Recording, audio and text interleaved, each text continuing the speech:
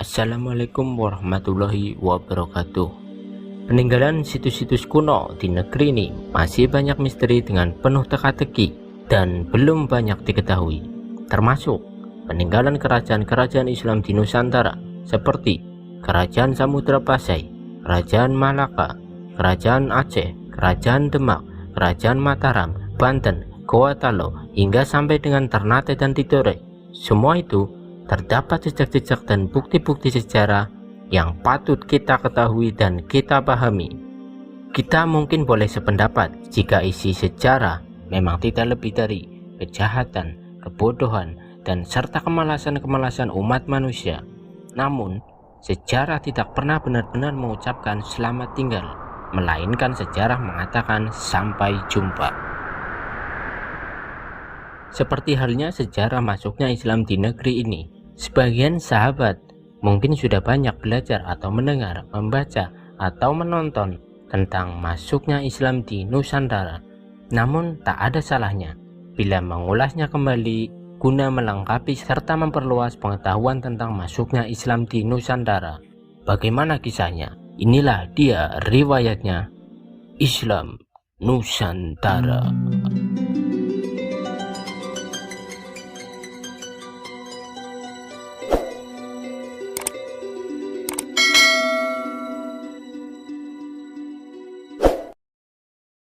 Pertama, kita klarifikasi dulu bahwa Islam itu sesungguhnya masuk ke Nusantara itu dalam fase yang sangat awal. Di pelajaran-pelajaran sekolah, termasuk anak-anak SD sampai SMP disebutkan abad ke-14, kan? Atau ke-13, dengan teori-teori yang ada dari Gujarat. Padahal itu bersamaan di abad ke-7, Bu. Jadi awal masa Islam, bahkan pernah nanti tercatat dalam sejarah, Sa'ad bin Abi Waqqas, kan?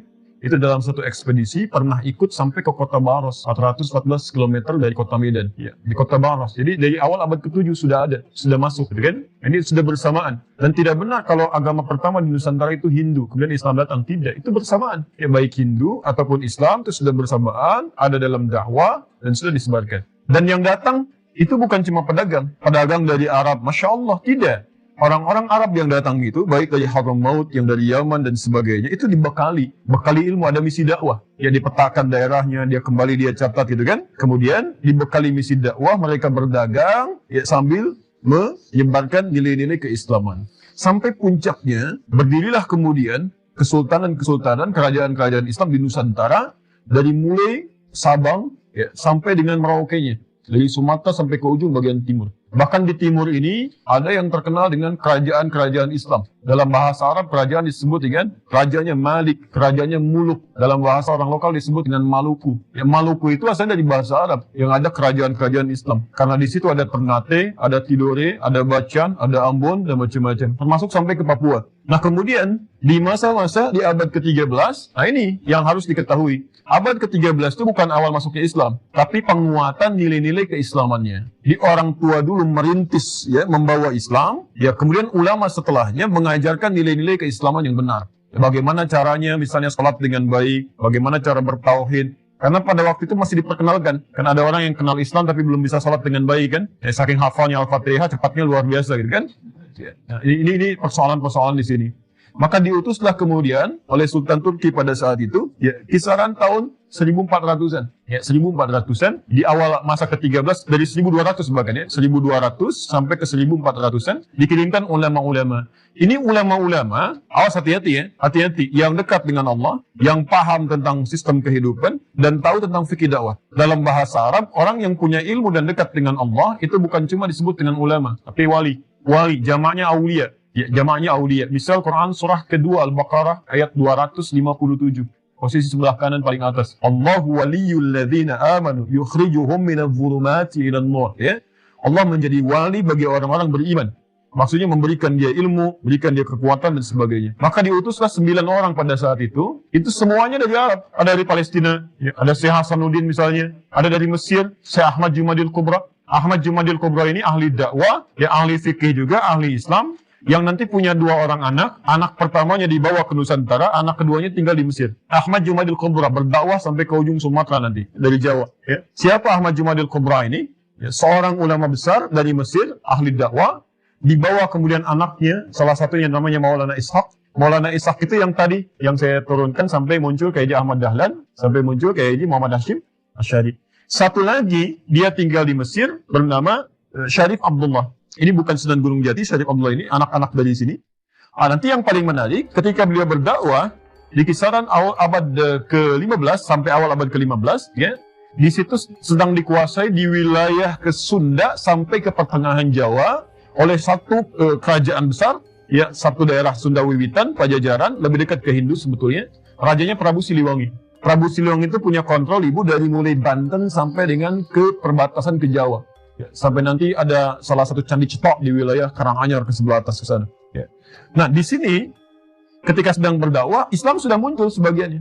Inspeksi beliau ke wilayah Karawang, ketika masuk ke daerah Karawang, ditemukan seorang perempuan, itu terdengar suaranya sedang mengaji, suaranya lembut sekali, bagus, dilihat orangnya cantik luar biasa, namanya Nyai Subang Larang. Nyai Subang Larang ini ternyata anak seorang pembesar Muslim, dia sedang belajar pesantren jadi santri dari satu guru besar yang baru pulang dari Mekah. Mekah dulu dikenal dengan Ummul Qura sampai sekarang, maka gurunya disebut dengan Syekh Qura. Nama aslinya Syekh Hasanuddin, dikenal dengan Syekh Qura. Maka jadi muridnya, ketahuan oleh Prabu Siliwangi tentang kebaikannya, maka diminta untuk jadi bagian dari istrinya, ingin menikah. Perhatikan, Nyai Subang Larang apa yang disampaikan. Ini bisa mengatakan begini, ini kan orang bisa mengatakan apa saja. Tapi dengan kekuatan imannya dia katakan, lihat kalimatnya. Anda boleh nikahi saya kalau mau masuk Islam. Singkatnya mau, kalau kalimat dikeluarkan dengan nilai keimanan, tidak pernah dipakai berdusta, ya tidak pernah dipakai maksiat, itu nanti Masya Allah ada kekuatan-kekuatan besar di situ yang Allah menggerakkan. Maka masuk Islamlah Prabu Siliwangi, nama aslinya Pamanah Rasa. Dari pernikahan itu melahirkan 3 orang anak, ya 2 laki-laki 1 perempuan.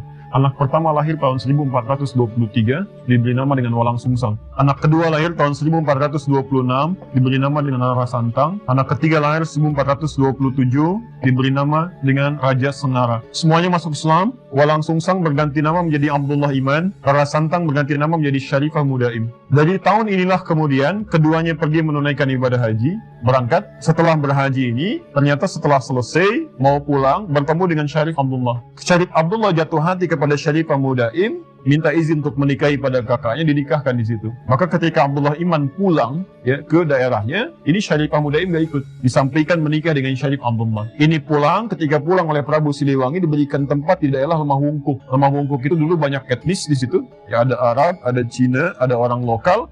Dalam bahasa lokal disebut dengan caruban. Caruban itu kumpulan orang-orang dengan etnis-etnis yang banyak. Karena itu di daerah Lasem, agak ke pesisir sedikit, ya dekat ke Tuban 30 km.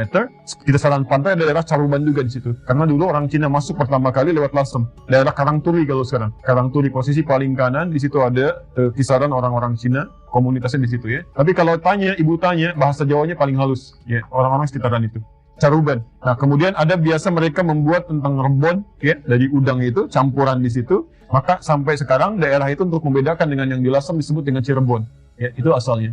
Saya kembali, yang ini pergi ke Mesir, menikah dengan Syarif Abdullah, tinggal 20 tahun di sana, melahirkan seorang anak bernama Syarif Hidayatullah. Syarif Hidayatullah inilah yang kemudian pulang, ketika menghadap kakeknya diberikan kewenangan di Gunung Jati, maka dikenal dengan Sunan Gunung Jati. Perhatikan pelan-pelan ya, Sunan Gunung Jati ini itu bukan termasuk yang 9 wali pertama. Ini generasi keempat. Jadi kayak Sunan Kalijaga, Sunan Gunung Jati itu orang lokal, maksudnya dari campuran sebelumnya. 9 wali yang pertama itu bukan dari yang orang-orang ini generasi keempat, yang awal. Ada yang dari Mesir, ada yang dari Maghrib, Maroko, ada yang dari Palestina, ada yang dari Persia. Ya, semuanya jumlahnya 9 orang. Ada dari Turki 2 orang. Nah, ini poinnya. Ketika kembali sampai ke sini, diberikan kewenangan, Nyai Subang Larang ingin menengok kemudian Abdullah Iman di Cirebon, sampai di perjalanan singkatnya meninggal dunia. Untuk mengenang kalimat ini, maka disebutkan daerahnya dengan nama Subang, sampai hari ini. Kemudian tersebar luas Islam, sampai muncul generasi-generasi setelahnya, sampai tibalah kemudian Portugis datang lewat Selat Malaka tahun 1511. Dari mana Portugis ini datang? Ternyata dari hasil perjanjian yang dikukuhkan oleh tokoh Kristen paling besar pada saat itu. Makanya gelarnya juga besar, Paus. Ya, Paus Alexander yang ke-6 tahun 1494. Ya, ketika umat Islam dikalahkan daerah Andalusia, kemudian beliau membuat satu perjanjian disebut dengan perjanjian Tordesillas. Tordesillas itu membagi belahan bumi pada 2 bagian, belahan timur dengan belahan bagian barat. Maka diambillah kemudian Portugis, ditugaskan untuk membawa 3 misi suci masuk ke daerah timur. Sedangkan Spanyol diberikan wilayah daerah barat. 3 masa suci ini, 3 misi suci, ya, itu dikenal dengan misi 3G. Namanya Gold, Glory, dan Gospel. Maka masuklah Portugis lewat Selat Malaka. Asalnya nyasar dulu, Bu. Nyasar sampai kemudian ke Goa. Di Goa melakukan monopoli, lalu minta bantuan pada seorang bernama Ahmad bin Majid, navigator muslim, untuk menunjukkan arah yang sebenarnya. Maka masuklah lewat Malaka tahun 1511. Ya, apa yang pertama kali dilakukan? Pertama, memperboleh perdagangan. Kedua, membuat rumah ibadah, misi gospel, ya, kristenisasi. Rumah ibadah dalam bahasa Portugis disebut dengan igreja. Orang kita menyebutnya dengan gereja kemudian. Di gereja itu asalnya bukan dari bahasa Indonesia, tapi dari bahasa Portugis. Didirikanlah di situ, orang mulai ikut-ikutan.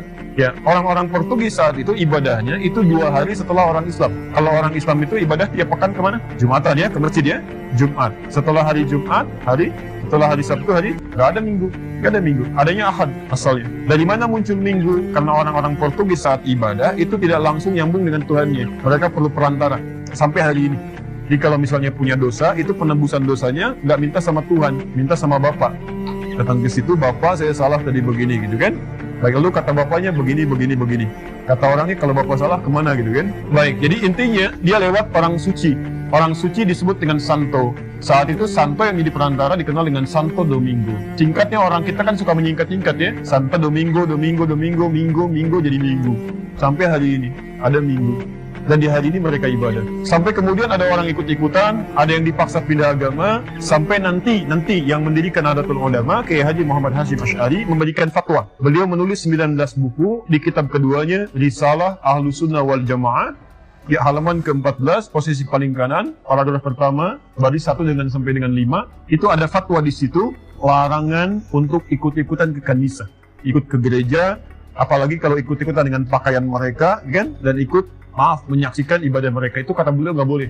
Itu fatwa pertama. Saya persingkat, saya tutup di sini, sampai kemudian datanglah Portugis, kalah di sini, dia ingin menguatkan bentengnya. Ketika datang Portugis ke wilayah ini, ternyata Spanyol merasa saya nggak dapat apa-apa di barat itu. Maka disusullah kemudian ke timur, perginya ke Filipina, ke daerah Suluk, dipimpin oleh Magalhães. Ya, Portugis dipimpin oleh Alfonso de Albuquerque, kemudian ini dipimpin oleh Magalhães tahun 1519.